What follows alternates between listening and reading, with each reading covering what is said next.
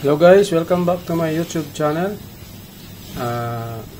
Maglagay tayo ng red velvet crumbs sa taas. Ayan. Bali, kamumuntas lang yan guys. Tapos nilagyan natin ng crumbs ng red velvet. Para, ano yan, preparation guys para sa order. Ano yan, hatiin natin yan ng piraso-piraso. Yan, dandahan lang para suabe char. Yan lang binuhos, okay. Yan lang, pwede mo yan guys, gamitin sa pang design. Yung finishing sa taas, yung toppings niya. Yan, spread lang dyan sa, yung ginamit kong ring dyan, nasa 40 by 60. Yung ring, pahaba siya. Yan, spread ko lang dyan sa gilid para pantay. Yan.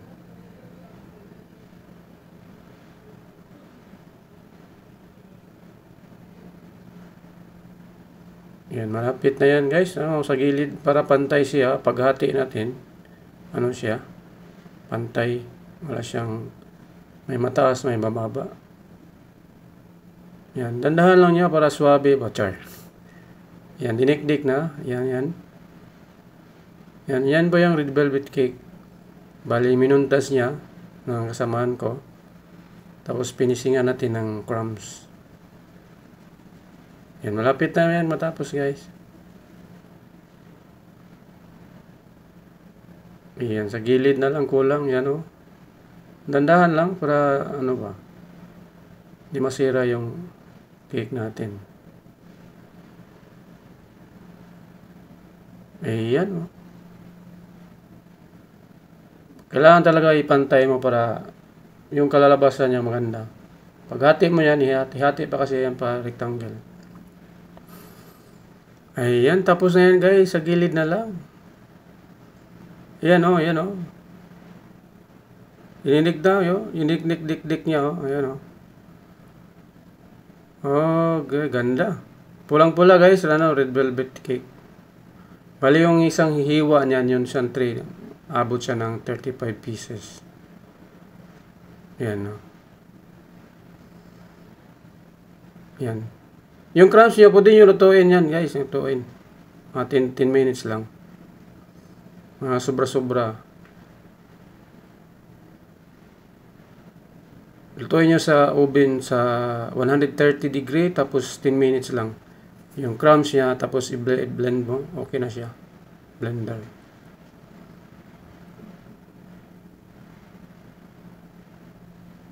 Yan.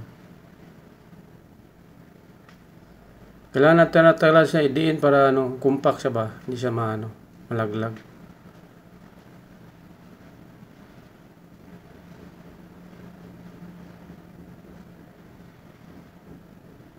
Yan, kung may sobra kayong red velvet, yung mga tira-tira, cutting, pwede nyo siyang gawing crumbs, lutuin nyo sa oven ng 10 minutes, 130 degree, 10 minutes yung cooking time.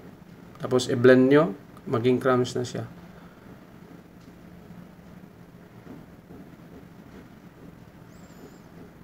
Ayan, tapos na guys. Ayan, thank you for watching guys. Maraming salamat sa support.